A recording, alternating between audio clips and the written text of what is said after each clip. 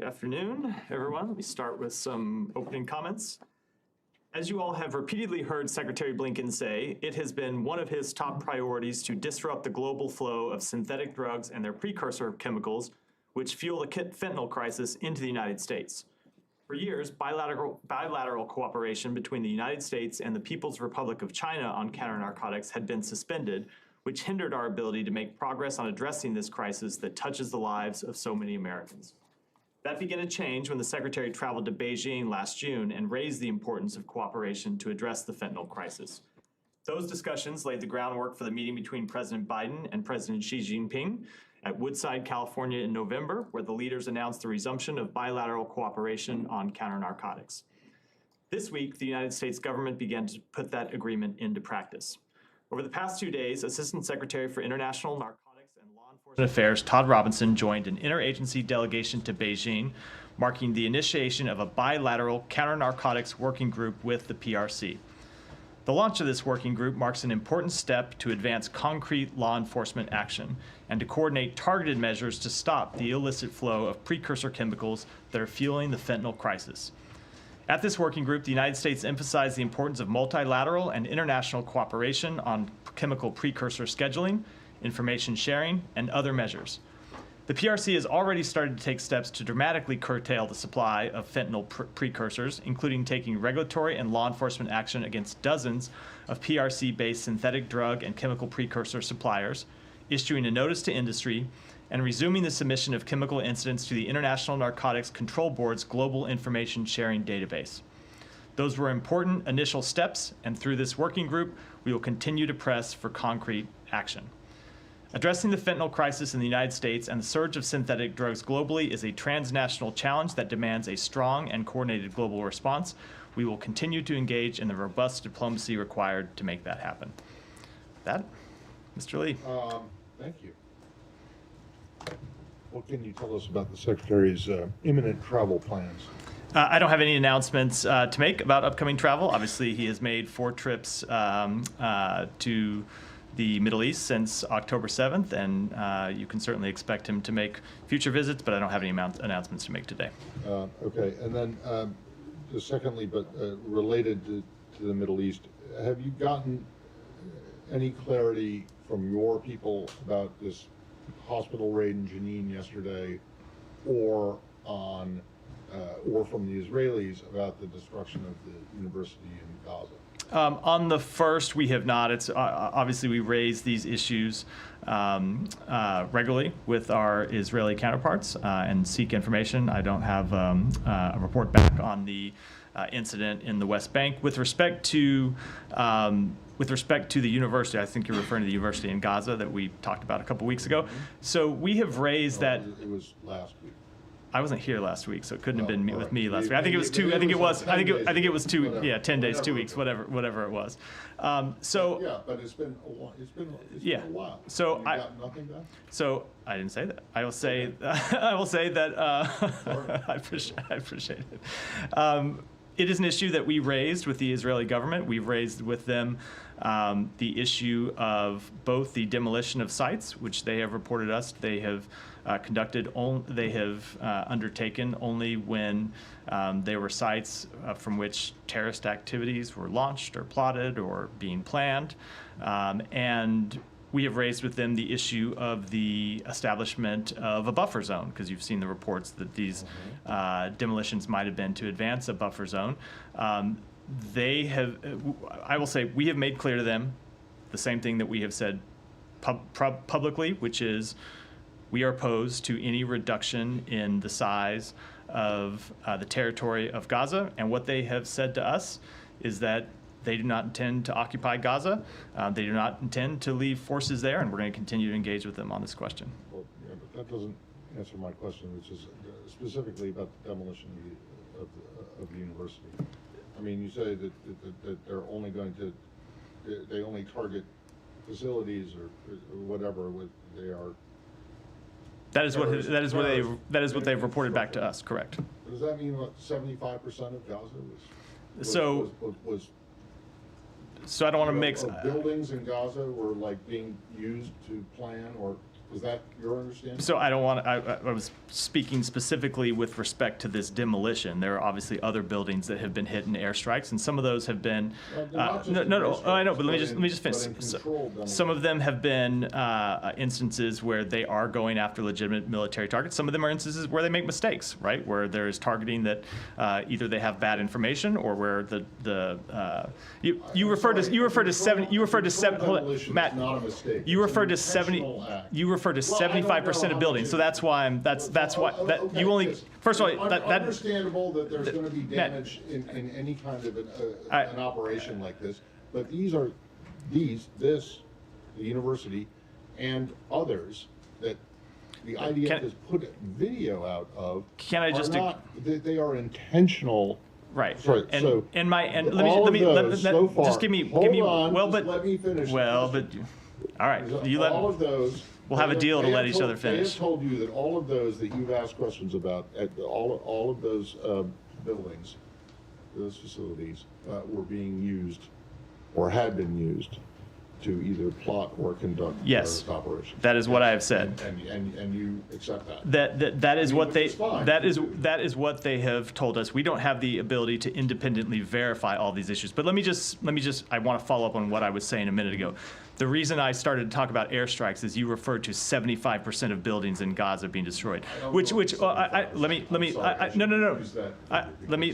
I know it's not 75%, whatever the number is, but the great majority of them would not have been included in this controlled demolition activity. They would have been hit through airstrikes, which is why I started to explain a different universe of possibilities. Yeah. So thanks.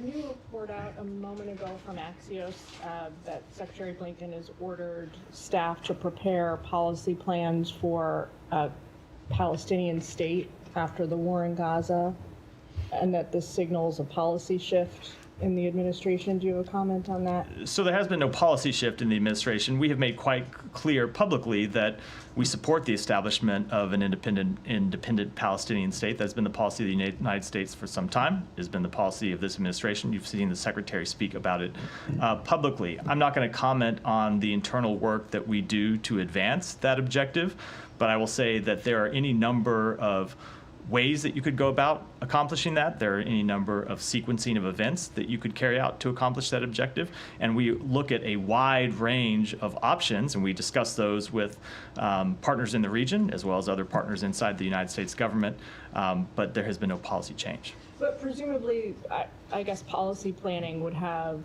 contingency plans in the works that would include a Palestinian state. I mean, is there something new? Was there a new, can you tell us if the Secretary issued like a new directive? So what I will say is, yes, we support the establishment of an independent Palestinian state, and we do a lot of work inside the government to think about how to bring that about. And you see us talk about that work publicly when we're in the region, talk about it sometimes here. And as part of that work, obviously, we look at any number of options. That's part of the normal planning process. The vast majority of options never usually get implemented because we take things, we put things on the drawing board and figure out what will work, what will be effective, and how best to sequence it. So I won't get into that underlying policy planning process that we go about. But yes, we are actively pursuing the establishment of an independent Palestinian state with real security guarantees for Israel, because we do believe that is the best way to bring about lasting peace and security for Israel, for Palestinians, and for the region. Sorry, can I just, yeah, just to put a little context on this? Hasn't the State Department been looking at what it would take to create a Palestinian state since the Clinton administration? At least, with the exception of the 4 years of the Trump administration? I would say at least that long, yes. Correct. My history only goes back 9 months, but yes, it has been the long-standing position of the United States. 20 right. Or so years. Hasn't this always been? I feel like you're asking me leading questions, Matt, but yes, the answer is yes. I will. The witness will be appropriately led. If this report were to be true, it is basically just a continuation of what has been going on, with the exception of maybe the 4 years when Trump was president. So without confirming a specific report, I will say that yes, we do have ongoing policy planning processes about how best to advance the establishment of an independent Palestinian state. And is it not correct that all of the diplomatic efforts that are going into, including a potential secretary return to the Middle East, are heavily focused on day after and long-term stability and security for the region, which you believe would include a Palestinian state? Among other I'm just things, not sure why. very much so. Okay. Yeah, thanks. very much so. Question about the UN. So, UNRWA and the UN have kind of been giving conflicting guidance as to when they are going to, quote unquote, run out of funding for Palestinians in Gaza. You got into this issue a little bit yesterday when you talked about the U.S. funding. Does the state have any clarity on how long it might be until UNRWA does actually run out of funding? So we've seen what they've said publicly, and obviously we engage with them privately as well. I will let them speak to questions of both of their funding and when it will expire, because it's not just obviously a U.S. government issue. We are not the only funder of UNRWA. There are other countries that do as well. So I will let them speak to that. We don't have any independent information on that question. But as the top donor, don't you have a sense of when they're using the funds from the U.S. and how? Of course we do, but as we are not, because we are not the only donor, we don't know necessarily when other countries are making their contributions, whether there are others that are pending. In the same way I talked about yesterday, how we had upcoming payments that were pending, that will be true for other countries as well. We don't have it's not an internal budget schedule for UNRWA that we keep at the United States. It's a question that they keep at UNRWA and the United Nations, so they're best to speak to that question. Do you have any sense that, as the Secretary has now said, the Secretary General has now said that this could be, the U.S.'s pause on funding could be catastrophic for Gazans? So what I would say to that is, first of all, to reiterate, as you've heard me say, as you've heard the Secretary say, and others inside the administration say, the work that UNRWA does is critical. It is critical that it's critical work to deliver food and water and medicine and other humanitarian assistance to the Palestinian people. That said, the responses were, the allegations last week were incredibly troubling. And so it is exactly because the work is so important and the work should not be jeopardized that UNRWA needs to conduct, the United Nations needs to conduct a full investigation, respond as appropriate, and put into place measures to prevent such incidents from ever occurring again. The two, I don't actually, we get this question, I don't find the two in tension with each other. It is because the work is so important that we cannot allow it to be threatened, right? That UNRWA has to take this seriously. There has to be a real investigation. There has to be full accountability, and there have to be appropriate measures put in place to happen again. I think the two go hand in hand. But just to follow up on that, Israel is saying that the UNRWA is fundamentally compromised. So you still stand by UNRWA in that context? So we believe it's important that there be a full investigation and there be accountability and there be measures put in place, as I said, to prevent this from happening again. But at the same time, we think UNRWA's work is critical. And we believe that there is no other partner on the ground right now who can replace UNRWA and can deliver the humanitarian assistance. And I will say that in our conversations with the Israeli government, they have acknowledged to us at very senior levels that the work that UNRWA plays is important. Now, look, they have a long-standing dispute with UNRWA that goes back to well before October 7th, as I know you're aware of, Leon. And I'm sure that they will continue to have disputes with UNRWA that extend far beyond the end of this conflict. But I can tell you that in our conversations, they recognize the critical role that UNRWA plays, and that importantly, there is no other humanitarian relief organization that can play that role in the short term. You said that, the Secretary is going to meet with the UN's Sigrid Kaag today. And you mentioned yesterday that there would hopefully be some work to lay the ground for this UN assessment mission in northern Gaza. Is there any update you can give on what's happened there? I don't have an update of what happened today. I know that it's been planned for the initial, assessment has been planned for the next couple days. I actually I don't know what happened on the ground today. There's always kind of questions about people being able to move about as they want to in Gaza, given ongoing fighting. With respect to the Secretary's meeting today, what he'll be emphasizing is that she is an individual who he has worked with in the past, who he has great confidence in, that he welcomes her appointment to this role. As you may know, he talked with her a couple weeks ago. Last time she was here in D.C., he was unfortunately traveling in the region and so couldn't meet with her. So looks forward to doing it today to discuss how we can continue to coordinate the humanitarian efforts that are so vital on the ground. And in terms of that, so that assessment mission was something that the Secretary came back with several weeks ago from the Middle East now. What is it that's been holding up getting that assessment mission in there?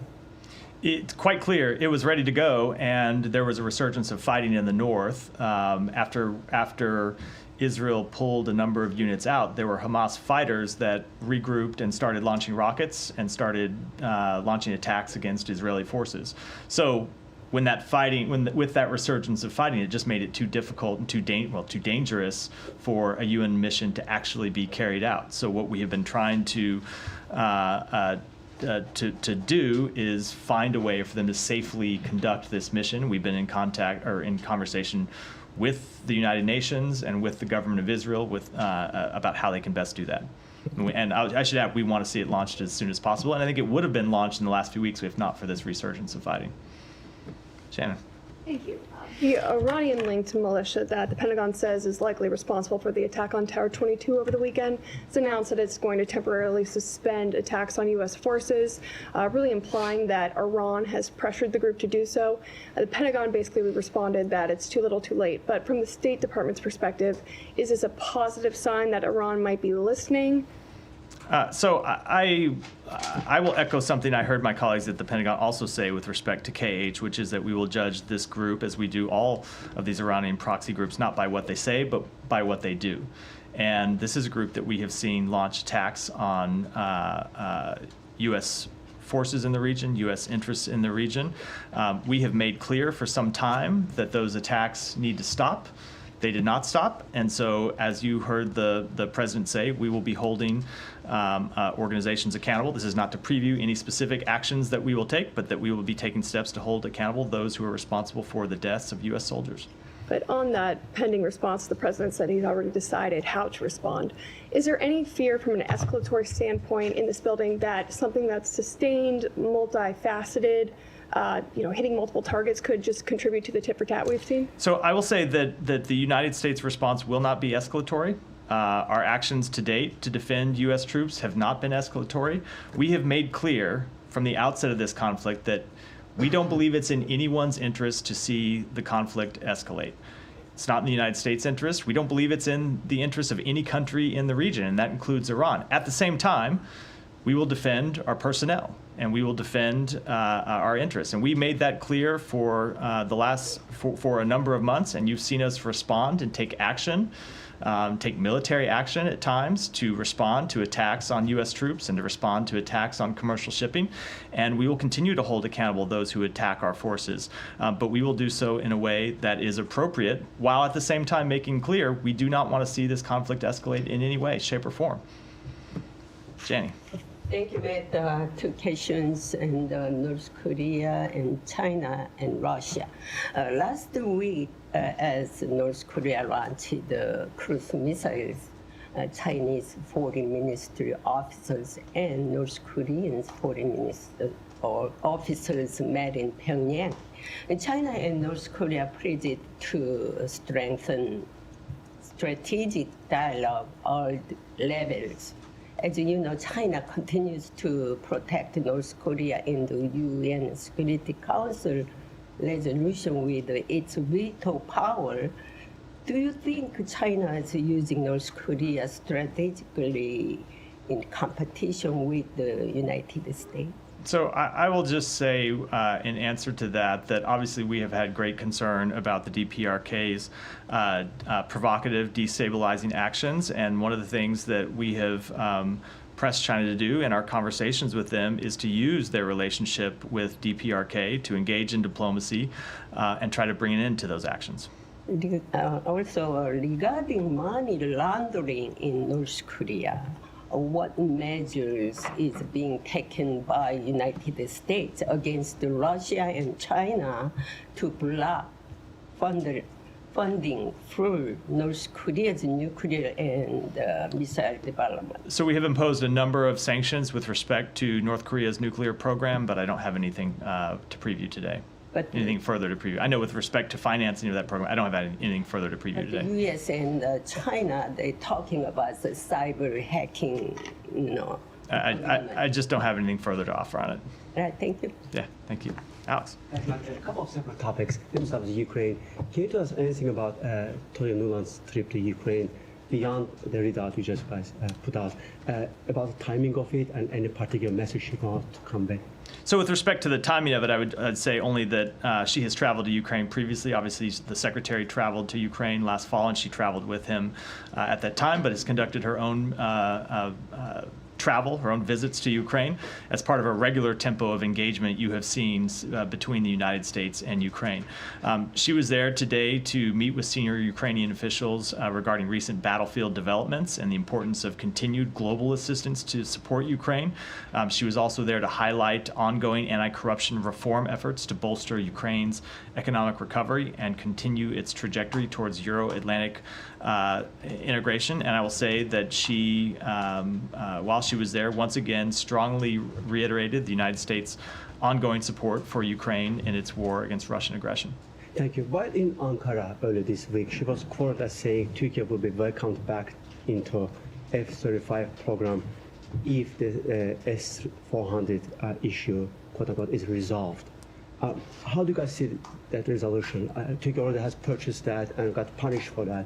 Do you expect them to return it back to Russia, perhaps to Ukraine, or what is the resolution that you guys are looking for? So I don't think there's anything I want to add to that other than say that we just got finished with a long, drawn-out process over the F-16s that we are providing to Turkey. I don't think I'm ready to jump into the next iteration of warplanes at this time when we've just notified and not yet even delivered the F-16s. Okay, one more in Ukraine, if I may. There are reports that the administration opposes Ukraine's membership prospects in NATO, despite the fact that most of the members are in favor. Why?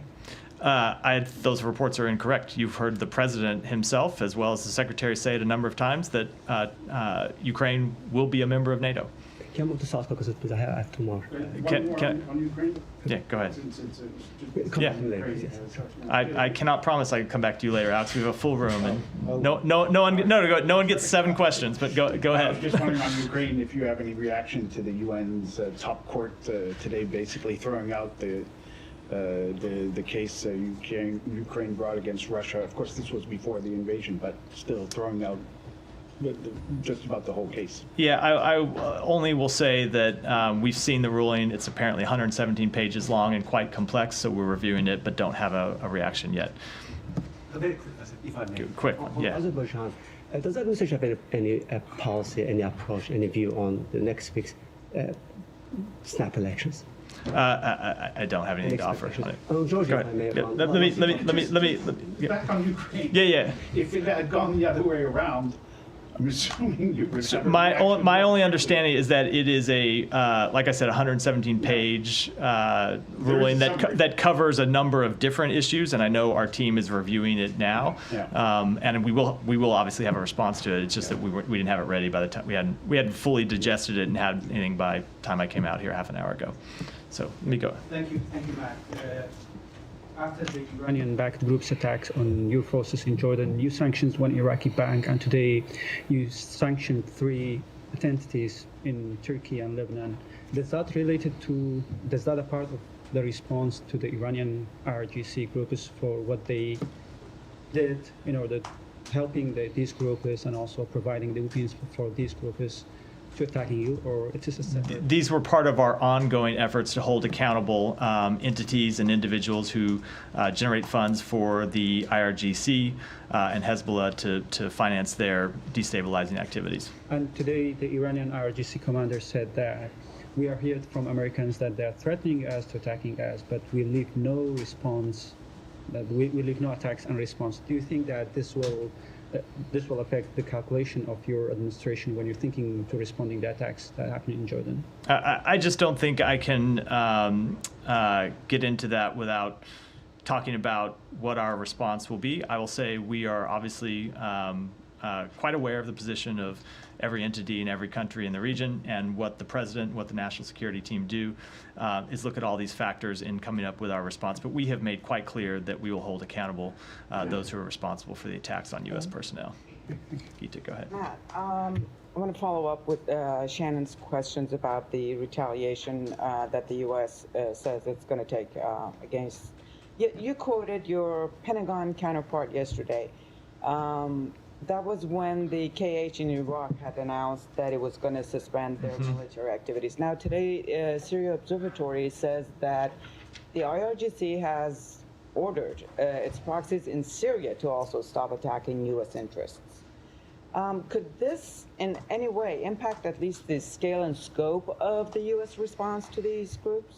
So again, I don't want to comment on what that response will look like, and it's hard to answer the question without commenting on that. But I will say that with respect to all of these groups, we will judge them by their actions, not by what they say. And so what we have seen a number of these proxy groups is take actions against United States personnel and against United States interests. And as we've made clear, we will hold them accountable for those actions. Have there been any communication with Iran, whether directly or indirectly, since the attack on Tower 22? I don't have any communications, either direct or indirect, to read out. As we've said in the past, we have ways to make our interests known to Iran when it's in our interest to do so. But I don't think our position is lost on Iran. I think they know quite clearly that we, number one, don't want escalation in the region. We, number two, want the attacks on our personnel to stop and our interests to stop. And number three, we'll hold accountable those groups that launched the attacks, those responsible for the attacks, at a time and place of our choosing. In answer to Shannon, you also said that the U.S. response will not be escalatory. How is that?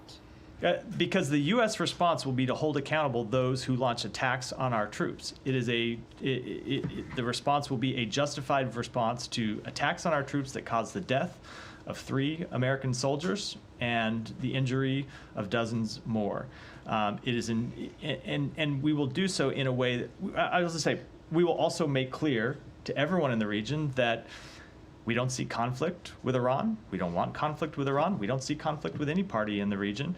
And we don't think conflict is in anyone's interest, but it is incumbent upon the United States to protect our military, and we will do that.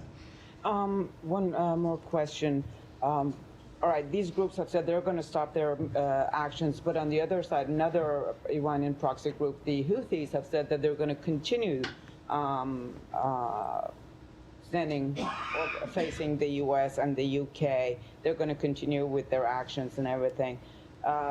Seems like this is what the U.S. is doing is trying to stop them is not really.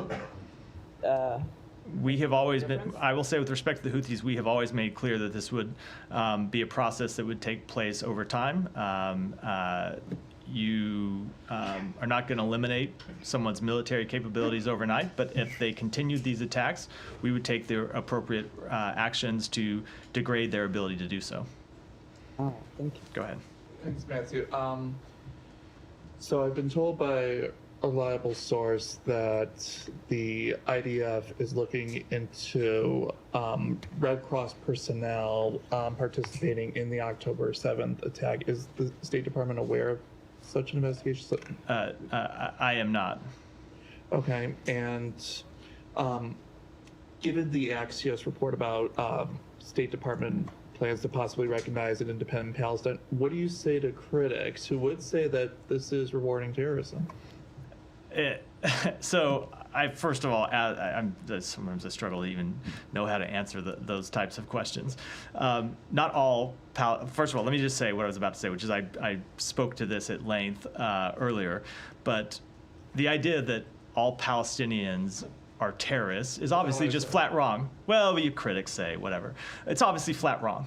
And I would say those that, I'm not going to go there. Look, we believe that the How can you be so sure? Yeah, it is a ridiculous argument. It has been the longstanding policy of the United States to advance the establishment of an independent Palestinian state. It continues to be our policy, and it is our policy because we believe not only is that the right answer to the legitimate aspirations of the Palestinian people, but also because it is the answer to provide lasting security to the Israeli people. And never mind. And finally, sorry, I keep almost doing it. And no, go ahead. And then finally, given the attacks in Jordan and elsewhere in the Middle East, have State Department personnel been evacuated? Has there been increased security at embassies and consulates in the region? So we always take appropriate measures to protect our embassies, but we don't talk about those measures publicly. Saeed, did you not get the notice the briefing had moved up? Yeah, first of all, I apologize for being late. It's fine. It's Murphy's Law, and I don't want to go into explaining. I'm aware of Murphy's Law. You may have talked about this. I just want to follow up on the UNRWA thing. Has there been any development, in terms of evidence or the validity of evidence and all these things about people who participated? So there is evidence that the Israeli government developed that they presented to us and that they presented to UNRWA. We found that evidence to be credible, but you don't just have to take the United States government's. Hold on, you don't have to take our opinion that the evidence was credible. UNRWA found the evidence credible as well. Okay, so let me ask you this then. I mean, look, Israel stands accused of committing genocide. And it's allegation. That we reject. It was, and we believe is unfounded. CJ and so on, but they continue to receive a lot of money. I mean, they get $3.8 billion a year. There's, talk about pumping maybe $14 billion and so on. So, how do you juxtapose these things against one another? So, first of all, that's kind of a loose question, but I'll say with respect to the charges of genocide, we believe that they're unfounded, and we have said that we believe that they're unfounded. We continue to support Israel's right to take action to ensure that the terrorist attacks of October 7th cannot be repeated, but we want them to do so in a way that complies fully with international humanitarian law. Yeah, there are certainly, settlers who serve in the Israeli army that you probably, designate as either extremist or things of that nature. I mean, we can also look at the Israeli government that has maybe 12 members who basically have called for the ethnic cleansing of Palestinians, but they continue to be members of that government in good standing, receiving a great deal of aid, correct? And we made clear our disagreements with the calls by members of the government to force Palestinians from their homes in Gaza. Not only did we say that publicly, you may recall us doing this a few weeks ago, but when the Secretary traveled to Israel in his most recent visit, he made clear that he thought it was important that the Israeli government speak out against those matters and those comments publicly and reiterate that it is not the policy of the Israeli government to force Palestinians from Gaza. And in the days after the Secretary left, that's exactly what the Israeli government did. And finally, it seems that members of Congress yesterday met with an Israeli official and they discussed with him alternative to UNRWA. Is the government of the United States looking at alternatives to UNRWA? So first of all, let me say that I obviously can't speak for members of Congress and members of let me just get it outside. And members of Congress don't speak for the United States government. We believe that UNRWA plays a critical role that cannot be replaced. There is no other humanitarian partner in Gaza right now that could play the role that UNRWA does. Thank you. Go ahead. I'll come to you next, Willie. Today, the House Foreign Affairs Committee is holding a hearing on the systematic torture and killing of former U.S. allies in Afghanistan by Taliban, who left behind by the Biden administration in Afghanistan. And UN also has documented hundreds of similar cases. What the US government is doing to protect its allies in Afghanistan? So I am not familiar with the testimony that was given today, and I want to make sure that I give a complete and accurate response. Let me take that question back. I want to see what the testimony actually was and get you a response to it.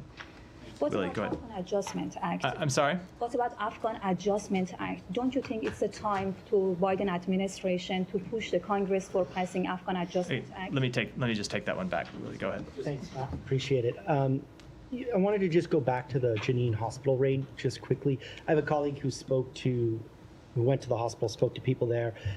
So I know you're still waiting for an assessment, but he said that there were reports, or that he had eyewitness accounts, that the receptionist was knocked out cold with the butt of a gun. Is an action like that, I mean, is something that you would condone in the context of a, I guess, targeted assassination? Again, it's always difficult when I get these types of questions, because you have allegations that are unverified, and I'm essentially asked to speak about something that's not yet verified, and it's very difficult to do so.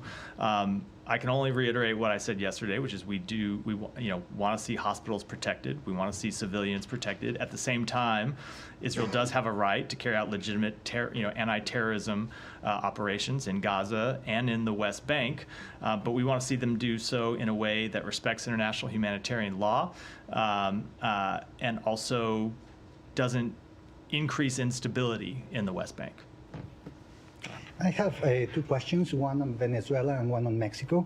The first one, do you have any response to the government of Venezuela's threat to stop migration cooperation and not taking deportation flights? And the second on Mexico, today in the morning, the Mexican president blamed the State Department directly for being behind the story published in ProPublica about his first presidential campaign being linked to drug money. What do you have to say about this? So I don't have any response to the first one, and with the response to the second one, I haven't even read the story. I have no idea. It's hard to comment when I haven't even. It's hard to comment on a story I haven't even read, so I don't have any comment. No story to both? No, no, I don't have a specific response. I'm happy to take the first one and follow up on it. With respect to the second one, it's just not something I'm going to comment on. Thank you. Go ahead. Yeah. Thank you, sir. So there was a bomb blast in Pakistan at Imran Khan's party PTI election rally. Do you have any comments on that? So I will say, you saw the department comment on this earlier today when the assistant secretary issued a tweet on it. We, as we did in that comment earlier today, extend our deepest sympathies to those affected by the attack on the PTI party rally in Pakistan. We believe in the resilience of the Pakistani people and their ability to recover. This attack is one of many we have seen in the last month against multiple parties across Pakistan. The Election Commission itself has come under attack in several places. We strongly condemn any violence which undermines the electoral process. The Pakistani people have the right to choose their leader without fear or reprisal or violence, and we remain committed to working with Pakistan to address the shared threat posed by terrorist groups throughout the region, and we support the Pakistan government's efforts to combat terrorism. The Pakistani police arrested a number of PTI, Imran Khan's party workers, for a peaceful election rally. I mean, it looks like Pakistani government is not going to allow PTI supporters, Imran Khan supporters, to just peacefully gather somewhere for the election rally. I mean, there looks like no more freedom of speech just for one party, not for others. So I can't comment on that specific report because I haven't seen it, but I will say, as we have long said, we want to see free and fair elections take place in Pakistan. Sir, one last question. Yeah. According to a media report, United States blocks $3 billion drone sale to India until meaningful investigation of Sikh leader Mr. Pannu assassination conspiracy. Is it true or just a fake news? So, nice try. So I'll say that generally the U.S. India defense partnership has seen significant growth over the past decade. This is a proposed sale that was announced during Prime Minister Modi's visit last year. We believe it offers significant potential to further advance strategic technology cooperation with India and military cooperation in the region. Of course, Congress plays, as you know, an important role in the U.S. arms transfer process. We routinely consult with members of Congress on the Foreign Affairs Committees before our formal notification so we can address questions that they might have. But I don't have any comment on when that formal notification might take place. I said I'd come to you next. And then Thank you, How accurate are the reports that the United States will hold the peace conference this fall between Palestinian and Israeli to establish or to discuss establishing the Palestinian state? I've not seen those reports, but I don't have any announcements of any such conferences to make today. Internationally, many consider that United States is not qualified and unsuitable to mediate this rule between Palestinian and Israeli, especially the rule of United States in Gaza war and strong relation ties between United States and Israel. So I will say that when we have traveled in the region, one of the things the Secretary has heard from countries in the region is that they welcome the United States' role in both trying to resolve this crisis and in ultimately reaching a broader regional agreement to establish peace and security for both Israel and Palestinians alike, and of course for the broader region. What we have heard over and over again is it is a role that only the United States can play. It's of course a very difficult one. These aren't easy issues, but it is a role that we will continue to play because of how important the issues are. Okay, thank you. And Simon, and then we'll wrap. I wanted to ask a couple of things on Myanmar because you had some sanctions today and the anniversary of the coup is tomorrow. Third anniversary of the coup that happened there. So obviously these sanctions are targeting fuel imports and imports for domestic arms production for the military. This is a military that's engaged in a civil war. So I'm interested from the US perspective, are you trying to, do you have a side that you're supporting in the conflict between, you know, Burmese military and groups that oppose the coup that they conducted? So what we have done, and what I'll reiterate today, is to call on the military regime to end its violence against the people of Burma, to release those unjustly and arbitrarily detained, to allow unhindered humanitarian access and respect the will of the people for return to the path towards representative democracy. We have always supported the people of Burma and their ability to chart their own path, and including through the actions that you saw us take today, we have ramped up our economic and political pressure on the military regime, including by restricting U.S. dollar transactions with state-owned enterprises that provide revenue enabling the military to harm and kill its own civilians. So we are going to continue to support efforts by the opposition to the regime and to seek a resolution of the conflict that provides for genuine and inclusive multi-party democracy. And in terms of those efforts to support opponents to the regime, the last year's NDAA included language that gives you the opportunity to provide non-lethal aid to People's Defense Forces and ethnic armed groups in Burma. I wonder, are you providing any non-lethal aid to those groups? Let me take that one back and give an answer. And just finally, the National Security Advisor met with Wang Yi in Bangkok on the weekend. Out of that came from the White House some discussion that Myanmar was discussed in that meeting, and talk about lower level talks potentially between US officials and Chinese officials on trying to resolve the conflict in Myanmar. Is there anything you can tell us on that? Are there a working group level meetings that are planned to try to discuss this with the Chinese, and what would you want the Chinese to do on that? So there's nothing that I can speak to today other than to say that we have believed that Chinese engagement on this issue could be constructive, and it's something we'll be following up on in the coming days and weeks, and we'll have more to say at that time, but I don't have anything to announce today. Thanks. That wrap for today. Thanks, everyone. Thank you.